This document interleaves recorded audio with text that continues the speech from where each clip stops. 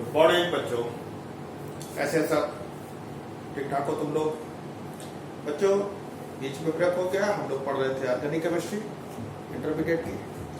तो चलिए बिना किसी भूमिका के शुरू करते हैं अपनी पुरानी जगह से जहां हमने इसको छोड़ा था।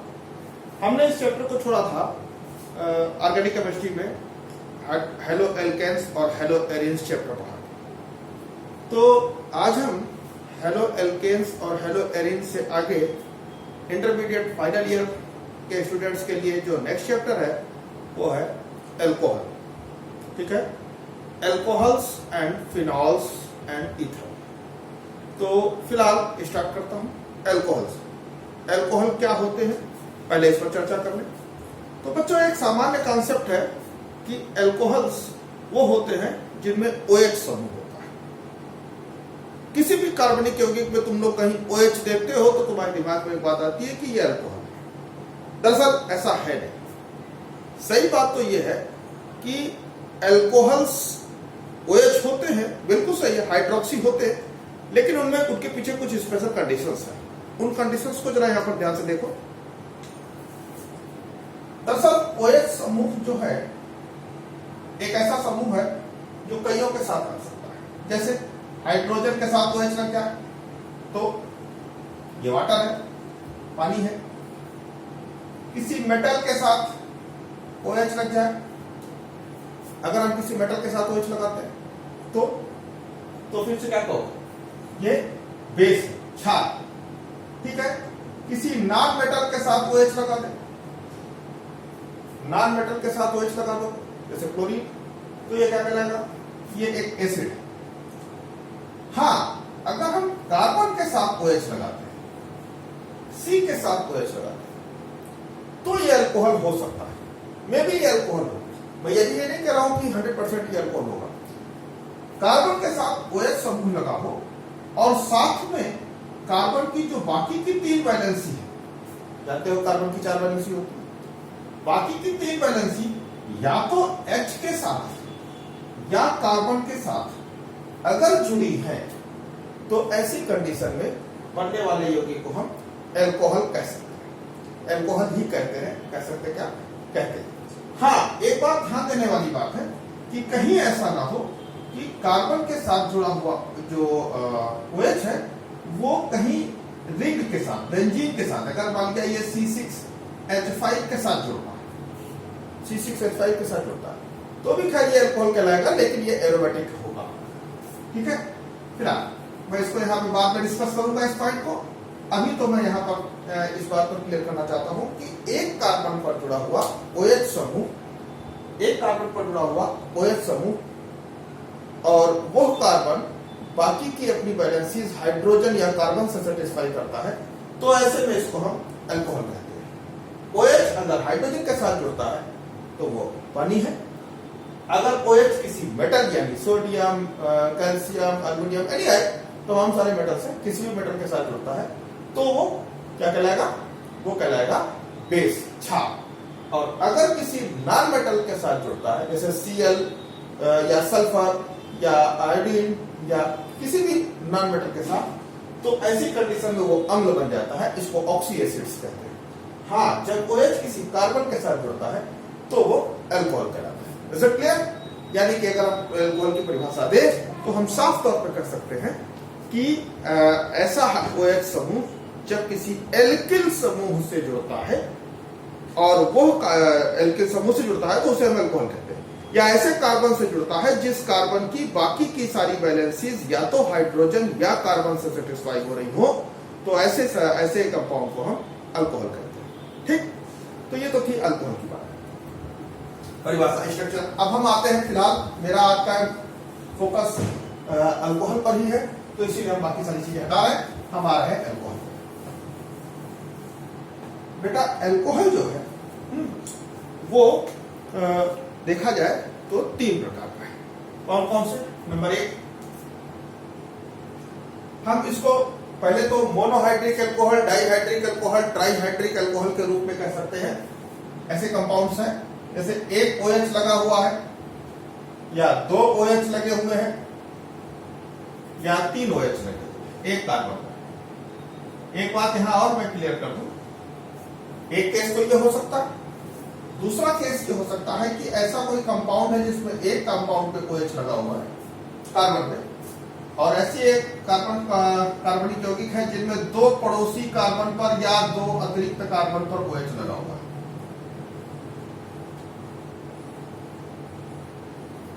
ऐसे या हम कहीं ऐसा कोई कंपाउंड देख सकते हैं कि 2, 3, 4 कार्बन है और हर कार्बन पर OH लगा हुआ। इसी प्रकार से और भी हो सकता है, बहुत सारे कार्बन है और हर कार्बन पर OH लगा हुआ है या 2 कार्बन पर OH लगा हुआ है, ऊपर नीचे कहीं भी लगा दे, ठीक है। तो बच्चों ध्यान से देखना जरा इस बात को, ये तो संभव है, ये संभव नहीं होता।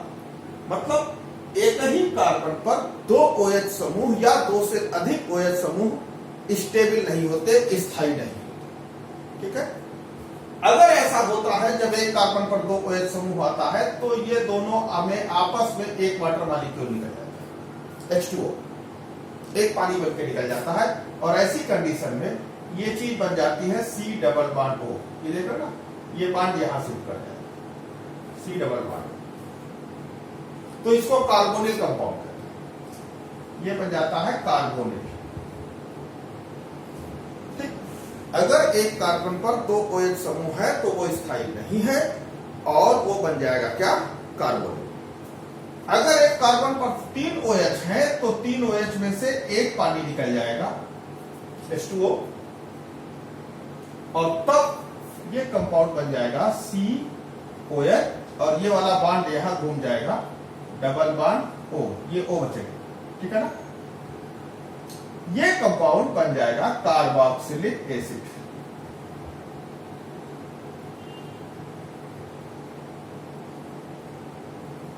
ठीक है, एक कार्बन पर केवल एक OH पॉसिबल है, अगर 2 OH होंगे तो कार्बोनिल में चेंज हो जाएगा, और अगर 3 OH होंगे तो कार्बोक्सिलिक एसिड बन जाएगा। क्लियर है?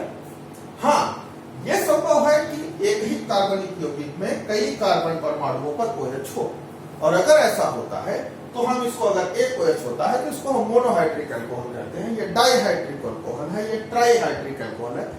संख्या से आधार पर है, मोनो मतलब 1, डाई मतलब 2, ट्राई मतलब 3, और अगर बहुत सारे OH लगे हुए हैं तो ऐसे में हम इसको पॉलीहाइड्रोक्सी अल्कोहल कहते हैं।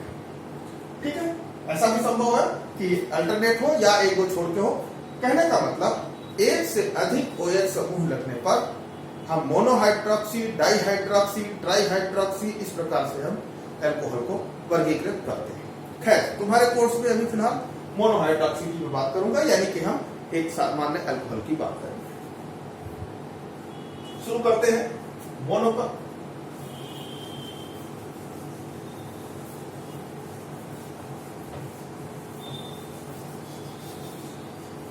जो बच्चे नए जुड़ रहे हैं वो ये जान लें कि इंटरमीडिएट केमिस्ट्री का अल्कोहल चैप्टर ये चल रहा है।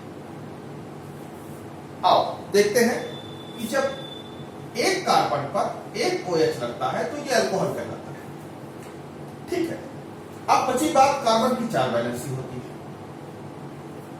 ठीक, इन 4 वैलेंसी के कारण ये 3 प्रकार के अल्कोहल की संभावना है। एक OH लगा हो, और ये जो 3 वैलेंसी है इनमें एक वैलेंसी कार्बन के साथ, और या ऐसे ले लेते हैं, एक 3 की तीनों हाइड्रोजन, एक तो पॉसिबिलिटी ये है, एक संभावना ये है। दूसरी संभावना यह है कि एक OH लगा हो, एक तरफ कार्बन और 2 तरफ हाइड्रोजन, एक पॉसिबिलिटी ये है। तीसरी संभावना है, एक कार्बन है, इस पर OH लगा हुआ है, 2 तरफ कार्बन और एक तरफ हाइड्रोजन। चौथी संभावना है कि एक कार्बन पर OH है और इस पर एक तरफ कार्बन, दूसरी तरफ भी कार्बन और तीसरी तरफ भी कार्बन। तो इस प्रकार से 4 चीजें पॉसिबल है। इनमें पहला वाला तो यह कहलाता है मेथिल अल्कोहल।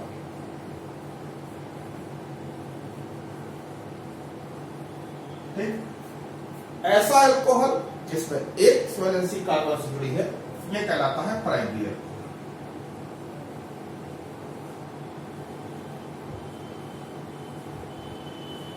ऐसा कार्बन, ऐसा अल्कोहल जिसमें एक कार्बन OH से और दो तरफ कार्बन और एक तरफ हाइड्रोजन, तो ये कहलाएगा दो है ना, इसको हम सेकेंडरी कहते हैं।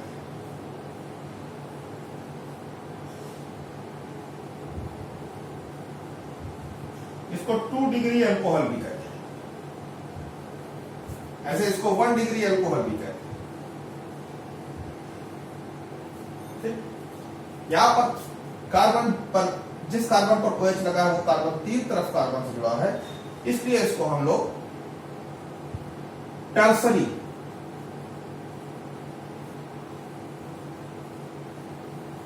या 3 डिग्री अल्कोहल कहते हैं। टर्सरी अल्कोहल या 3 डिग्री अल्कोहल, ठीक है। नामकरण देख लें इनका, तो इनके नामकरण में बच्चों, ये तो मेथिल अल्कोहल है, इसका नाम लिखते समय हम लोग नॉर्मल अल्कोहल, ये नॉर्मल है, इसको नॉर्मल कहते हैं कि जब एक चेन हो, कहीं भी कोई चेन हो और उसका चेन में एक सिरे पर कोई OH हो, यानी लास्ट कार्बन पर कोई OH हो, जैसे ये से कैसे भी हो सकती है, ऐसे संभव है, ये ऐसे है। तो यहाँ पे क्या है कि देखो ध्यान से, जिस कार्बन पर OH लगा वो कार्बन एक्चुअली एक कार्बन से जुड़ा हुआ, और पीछे कितने भी है उससे हमसे कोई मतलब नहीं है। मेन है जिस कार्बन पर OH लगा हुआ है वो कार्बन एक कार्बन से जुड़ा हुआ है। तो ये भी हमारा प्राइमरी अल्कोहल की श्रेणी में आएगा, 1 डिग्री अल्कोहल की श्रेणी। इसको हम कहेंगे नॉर्मल 1 2 3 4, 4 कार्बन है, 4 कार्बन का संगत एल्केन ब्यूटेन होता है, तो इसका नाम होगा नॉर्मल ब्यूटिल अल्कोहल,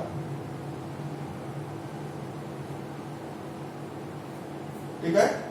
इसको एक सामान्य भाषा में नाम देते हैं नॉर्मल ब्यूटिल अल्कोहल। इस केस को देखें ध्यान से, यहां पर क्या है कि एक कार्बन है, ये यहां से इसको हटा दे, इस कार्बन को यहां लगा दे, तो ऐसी कंडीशन अगर है तो क्या होगा जरा देखिए ध्यान से। यहां पर जिस कार्बन पर OH लगा हुआ है वो कार्बन दो तरफ तो कार्बन से और एक तरफ हाइड्रोजन से, ये देखिए ये कार्बन है, OH लगा हुआ है, इधर कार्बन है, इधर कार्बन है, इधर भी कार्बन है, सो मेनी कार्बन, बहुत सारे कार्बन हो सकते हैं, तो फर्क नहीं पड़ता, फिलहाल कुल मिला के 4 कार्बन। तो इसको हम नॉर्मल नहीं कहेंगे, तब हम इसको कहेंगे आइसोब्यूटिल अल्कोहल। ये जो सेकेंडरी होते हैं इसको हम पहले वाले को नॉर्मल कहते हैं, सेकेंडरी वाले को आइसो से भी लिखते हैं, आइसो, ये आइसो कहलाता है, ठीक। तो इसका नाम हो जाएगा आइसोब्यूटिल अल्कोहल। 4 कार्बन है इसलिए ब्यूटिल, 3 कार्बन होते तो प्रोपिल, 5 कार्बन होते तो पेंटिल, ठीक है। तीसरा केस हो सकता है कि जिस कार्बन पर OH लगा हुआ है एक्चुअली तीनों तरफ कार्बन से जुड़ा हुआ है, इस कार्बन को यहां से हटाते और हम यहां पर एक कार्बन और कहीं जोड़ देते, लेट अस सपोज एक यहां जोड़ दिया, ठीक। तो अगर 3 कार्बन हो गए तो फिर ये टर्सरी हो गया, और सॉरी ये टर्सरी हो गया। जब ये टर्सरी हो गया तो इसका नाम आइसो के बजाय तब हम इसको नियो कहते हैं, नियो ब्यूटिल अल्कोहल, ठीक। कहने का मतलब 4 प्रकार का, 3 प्रकार का नाम हम देंगे नियो ब्यूटिल। अगर प्राइमरी है तो उसको नॉर्मल अल्कोहल, सेकेंडरी है तो उसको आइसो ब्यूटिल अल्कोहल कह सकते हैं, और अगर टर्सरी है तो उसको हम नियो ब्यूटिल अल्कोहल कह सकते हैं। ये तो एक सामान्य नामकरण है, जनरल नामकरण कहलाएगा, ठीक। अब बात आती है IUPAC नामकरण पे। तो IUPAC में सिंपल है, सब में इसका जो सफिक्स है वो ऑल है, IUPAC नाम में सफिक्स ऑल है।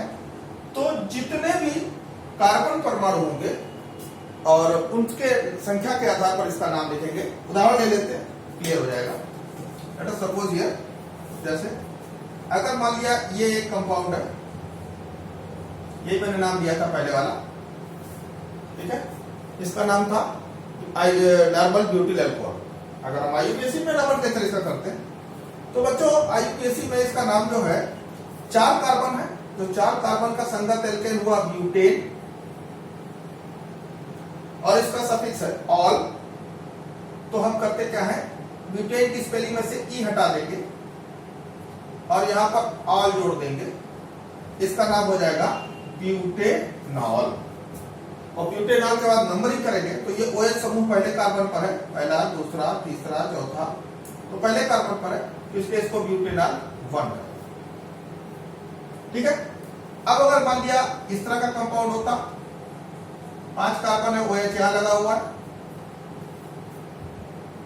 तो 5 कार्बन का संगत एल्केन पेंटेन, ये पेंटेन है। ठीक, पेंटेन में ये ई हटाकर ऑल कर देंगे क्योंकि OH लगा हुआ। नंबरिंग की बात है, नंबरिंग इधर से करेंगे 1 2 3 4 5। ठीक, तो कितने नंबर पर है? 2 नंबर पर ब्यूटेनॉल, सॉरी पेंटेनॉल 2 कहा जाए। अब ये हो सकता है तुम्हारे दिमाग में कि इधर से नंबरिंग यहां पर किया, यहां पे नंबरिंग इधर से किया। बेटा ऐसा है, जिधर से क्रियात्मक समूह पहले पड़ता है नंबरिंग उधर से करते हैं। इधर से हमको इस साइड से कार्बन की श्रृंखला की नंबरिंग हमने की क्योंकि क्रियात्मक समूह इधर से पहले पड़ रहा, तो हमने इसको ब्यूटेनॉल 1 का। यहां पर इधर से करते हैं तो ये नंबर आता है 1 2 3 4, और इधर से नंबरिंग क्या तो 1 2, तो जिधर से पहले क्रियात्मक समूह वाला कार्बन पड़ेगा उधर से नंबरिंग करेंगे, तो इसलिए हमने इसकी नंबरिंग इधर से की और इसका नाम दिया पेंटेनॉल 2। तो ये था इसका IUPAC नोमेनक्लेचर और सामान्य नोमेनक्लेचर। तो इस प्रकार से आज हमने तुमको फिलहाल अभी ये बताया कि एल्कोहल्स जो होते हैं वो कितने प्रकार के होते हैं, किस कंपाउंड को हम एल्कोहल कहेंगे, और एल्कोहल्स का नोमेनक्लेचर कैसे किया जाता है। एक और चीज मैं यहां पर क्लियर कर दूं कि एल्कोहल्स का जो सामान्य सूत्र है उस सूत्र से रिलेटेड इसकी आइसोमर्स क्या होते हैं, इसके समावयवी क्या होते हैं।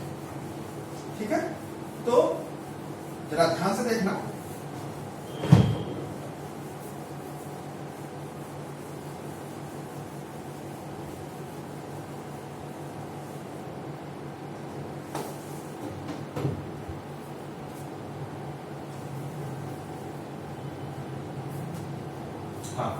सामान्य तौर पर एल्कोहल का जो सामान्य सूत्र होता है CnH2n+2O होता है।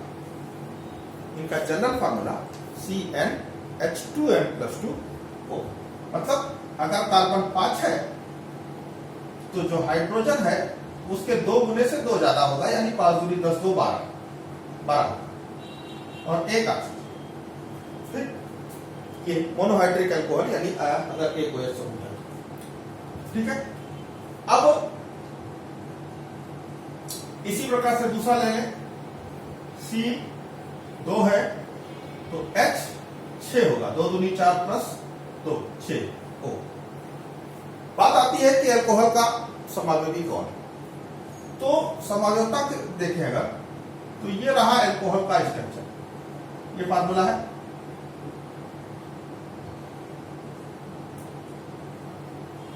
C2H6O, C2H6O, ये एथिल अल्कोहल का फार्मूला।